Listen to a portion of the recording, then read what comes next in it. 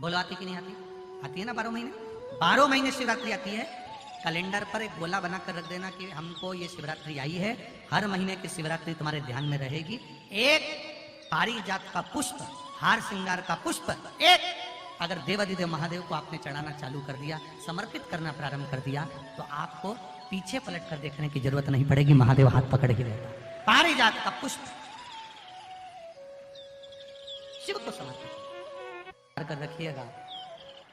सोमवार की अष्टमी, शिवरात्रि या सोमवार, प्रदोष, बन सके तुम्हारे पास में शिवालय हो या बेलपत्री का वृक्ष हो, वहां दीप दान अवश्य करना चाहिए। अब एक बात का स्मरण आपको रहे थोड़ा सा, अगर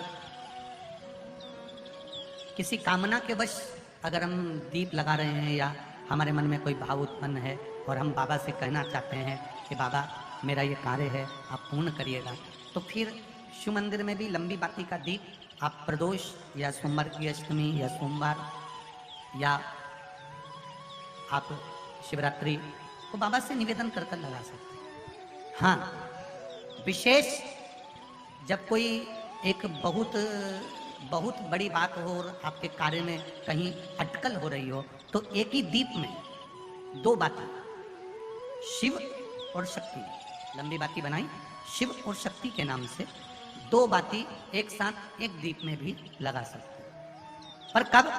जब विशेष कोई आपका कार्य हो और वो अटक रहा हो, विशेष कोई कार्य, और आप बाबा से प्रार्थना कर रहे हो, तो 2 बाती का भी प्रयोग आप कर सकते हो। ऐसे शिव तत्व को जाने। दमने 12 महीने की शिवरात्रि आती है। 12 महीने एक ठेला चलाने वाला, रोड पर बैठकर कपड़े बेचने वाला, ट्रेन में एक साधारण सा व्यक्ति जो भिक्षा भी मांग रहा हो, ऐसा साधारण से साधारण व्यक्ति भी अगर शमी के पुष्प को 12 महीने जो शिवरात्रि आती है, उस शिवरात्रि पर बस शाम के समय पर प्रदोष काल में एक शमी का पुष्प यदि समर्पित करना चालू कर दे, तो मेरा महादेव उसका हाथ पकड़कर उसकी उन्नति की ओर उसको ग्रहण कर देता, नीचे आ नहीं सकता। 5 पुष्पों का व्याख्यान हमारे यहाँ शिव महापुराण करती है। कितने पुष्प? जम के बोलो जरा ऐसा। 5 पुष्प पढ़ाने का तरीका है, जरा ध्यान दीजिएगा। 5 पुष्प शिव महापुराण की कथा आप लोग सुनने के लिए बैठे हो, बड़ी आस लगाकर बैठे हो, उसको समझिए। पारिजात का जो फूल शिव जी को चढ़ता है, भगवान देवाधिदेव महादेव को चढ़ता है, जैसे ये शिवलिंग है, मान लो ये शंकर भगवान का शिवलिंग है, ये जलाधारी है, ये जल नीचे गिरने का स्थान। आप लोगों ने पहले कथा सुनी है ना सबने, आपको सबको मालूम होगा। राइट में गणेश जी का स्थान, लेफ्ट में कार्तिकेय का स्थान, बीच में अशोक सुंदरी की जगह। जहां पर यह शिवलिंग रखा है वो माता पार्वती जी का हस्त कमल, शिवलिंग के रूप में, शंकर भगवान के रूप में यह शिवलिंग है। ऊपर से जो एक एक बूंद जलाधारी नीचे गिरती है, वो शंकर भगवान की 5 लड़कियां, जया, विषहरा, शामली बारी, दौतली और देव, ये शंकर जी की 5 बेटियां। वंश वृद्धि के लिए, कार्य सिद्धि के लिए, वैभव प्राप्ति के लिए या अपने हृदय की सुख समृद्धि के लिए, संतान प्राप्ति के लिए पारिजात हार श्रृंगार के फूल की शिव जी को आराधना होती है। हार श्रृंगार का जो पुष्प होता है, अशोक सुंदरी वाली जगह पर हम पारिजात के पुष्प को समर्पित करते हैं। उसकी डंडी का जो मुख है वो शिवलिंग की ओर होता है जब अपन अशोक सुंदरी पर चढ़ाते हैं, और फूल का मुख इधर होता है।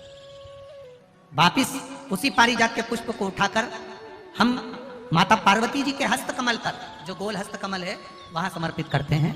उस जगह पर माता पार्वती जी की ओर से जो पुष्प समर्पित किया जाता है, उसकी डंडी पारिजात की हमारी ओर होती है, पुष्प का मुख महादेव की ओर होता है। तीसरी जगह जब हम पारिजात के पुष्प को अशोक सुंदरी पे से उठाकर जगत जननी के हस्त कमल पर रखते हैं, हस्त कमल पे से उठाकर देवाधिदेव महादेव के शिवलिंग पर रखते हैं, उस समय पर पारिजात के पुष्प की डंडी शिवलिंग के ऊपर होती है और फूल का मुख अपनी ओर होता है। इस जगह पर पारिजात के पुष्प की डंडी के केसर से ही महादेव को त्रिपुंड लगाया जाता है और महादेव से प्रार्थना करी जाती है। अब पारिजात के फूल का केसर कैसे बनाना है वो भी एक बार आप लोग अच्छे से समझे।